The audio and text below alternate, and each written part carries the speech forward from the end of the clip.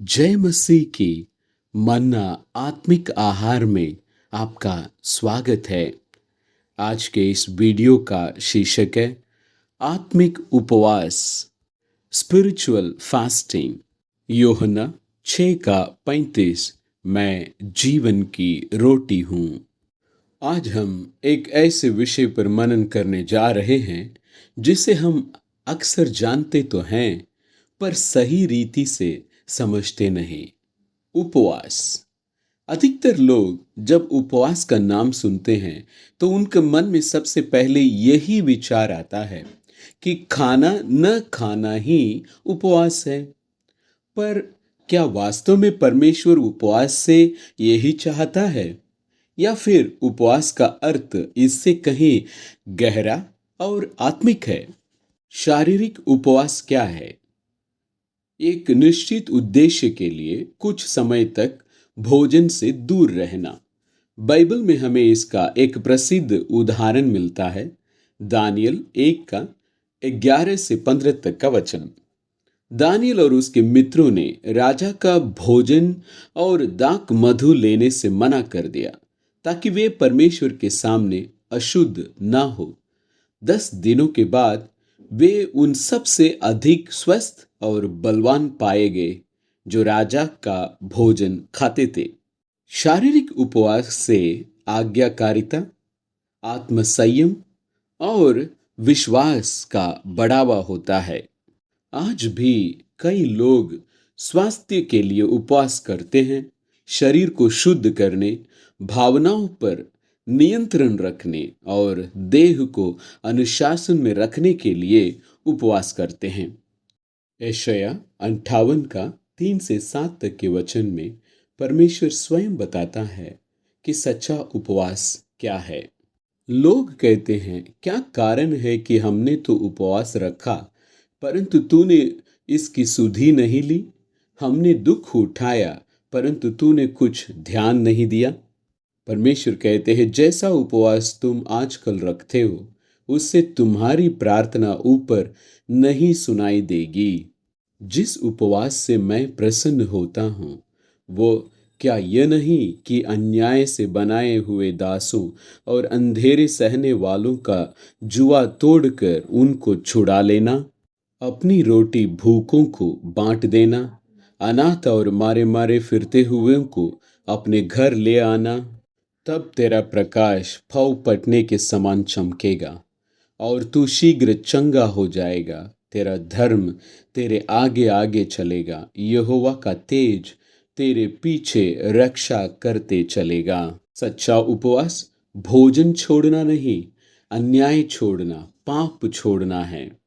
यह थाली से नहीं, स्वभाव से जुड़ा है। यीशु मसीह क्या कहते हैं उपवास के बारे में? तब यूहन्ना के चेलों ने उसके पास आकर कहा, क्या कारण है कि हम और फरीसी इतना उपवास करते हैं पर तेरे चेले उपवास नहीं करते?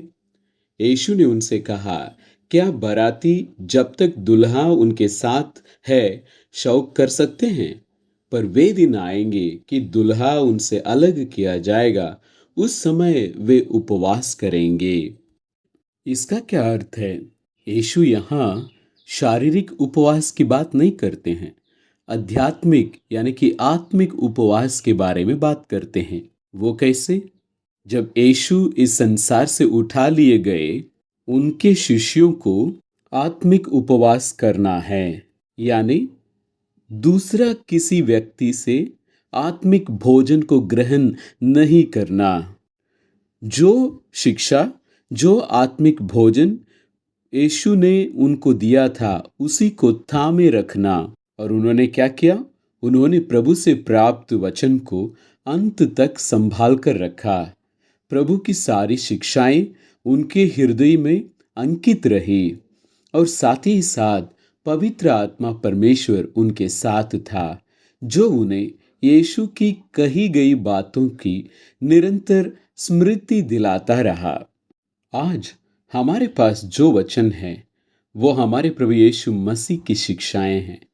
हमें इन्हें परंपराओं, मानवीय व्याख्याओं या बाइबल कमेंट्री के साथ मिलाना नहीं चाहिए।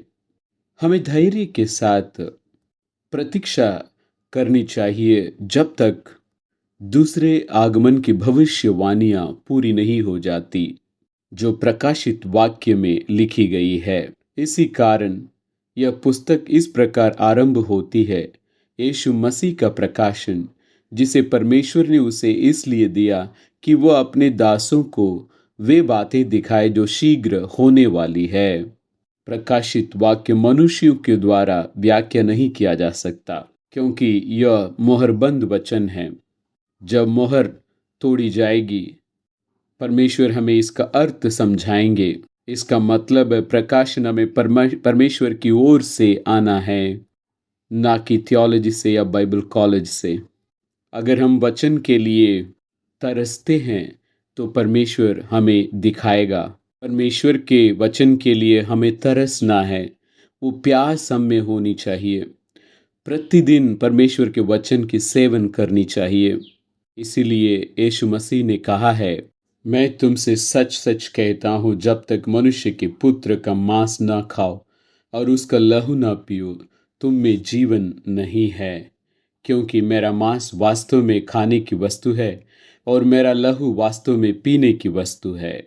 जो मेरा मांस खाता और मेरा लहू पीता है, वो मुझ में स्थिर बना रहता है और मैं उसमें। मांस और लहू क्या है? यीशु मसीह का वचन है।